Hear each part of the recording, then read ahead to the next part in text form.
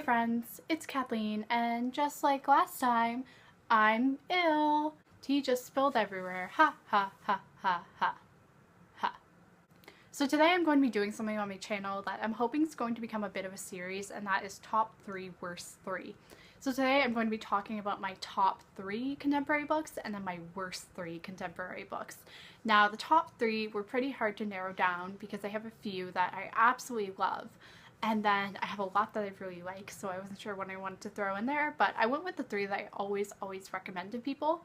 And then worst 3 was even harder, because I thought of 2 instantly that I despise, and then the third one isn't really a worst, it's kind of just a book I don't like very much. I think I gave it 3 stars back when I first read it, so it's a book I'm not a fan of, but it's not really the worst. It's really just in here so I can include it in the series. But yeah, if you are interested in knowing my top 3 contemporaries and my worst 3 contemporaries, then keep on watching. So the first book in my top 3, it's from one of my favorite authors of all time. I love her. And by the way, these are not in any particular order. And that book is Fangirl by Rainbow Rowell.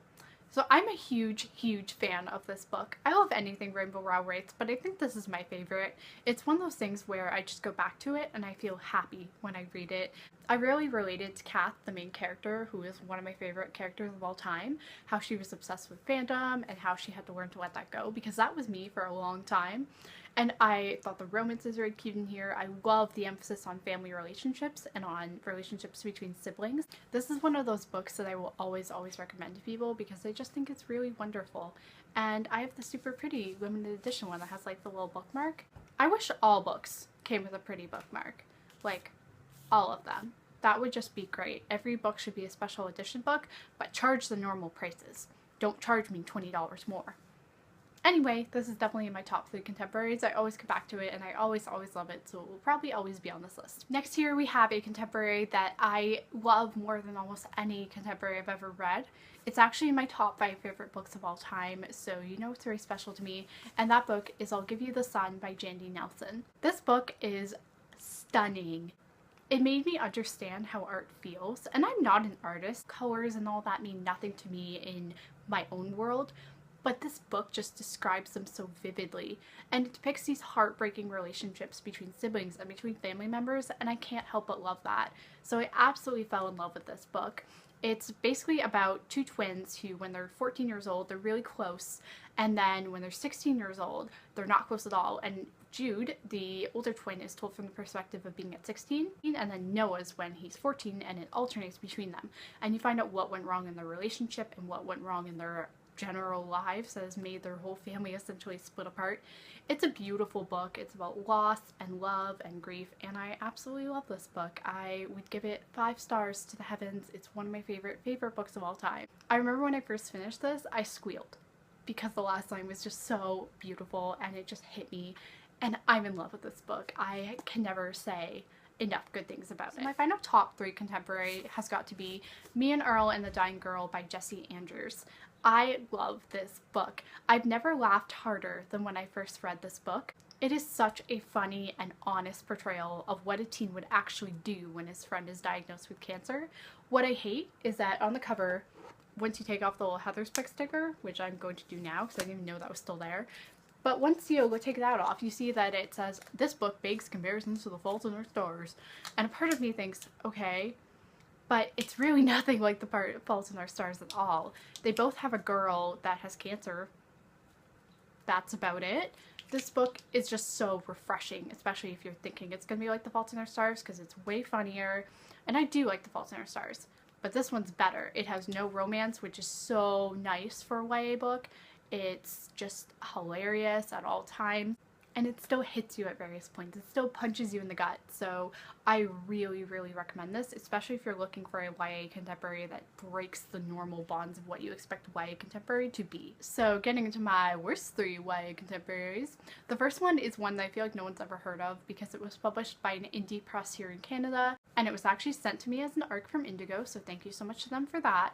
But I can't say I love this book, and it's not particularly popular, and that is Saying Goodbye to London by Julie Burdenshaw. This book is so bad. It's one of those books that I look at and I think, how did this get published? The writing is so amateur, it's poorly done. It has not a single memorable or interesting character. The plot is silly. It's basically about this girl who gets pregnant by this boy. And they're like, oh no, what do I do with the baby? But in the end, they decide to give it up for adoption, and blah, blah, blah. And it's the most juvenile, boring plotline of all time. There's no creativity.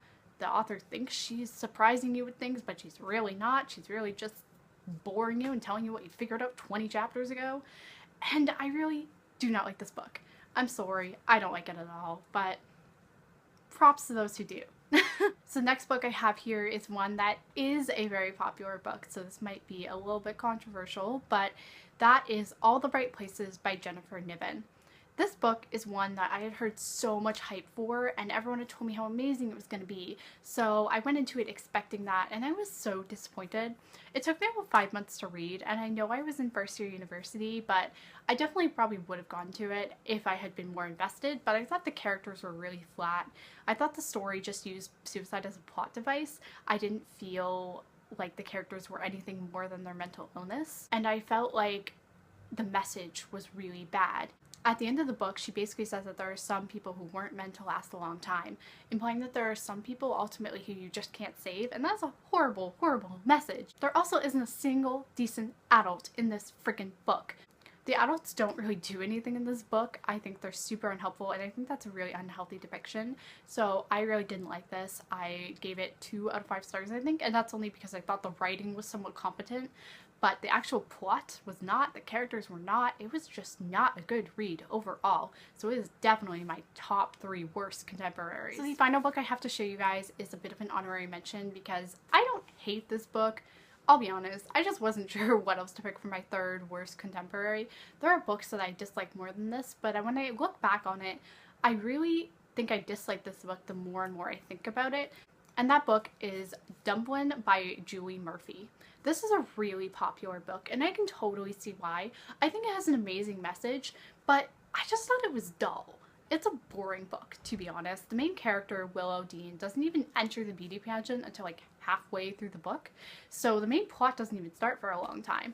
I wasn't super excited by the romance. I thought it was okay, but it didn't wow me, and I thought the relationships were kind of boring, so overall I would not recommend this book, but it probably doesn't really deserve to be on this list. It is basically the Clay Jensen of the top 3 worst contemporaries.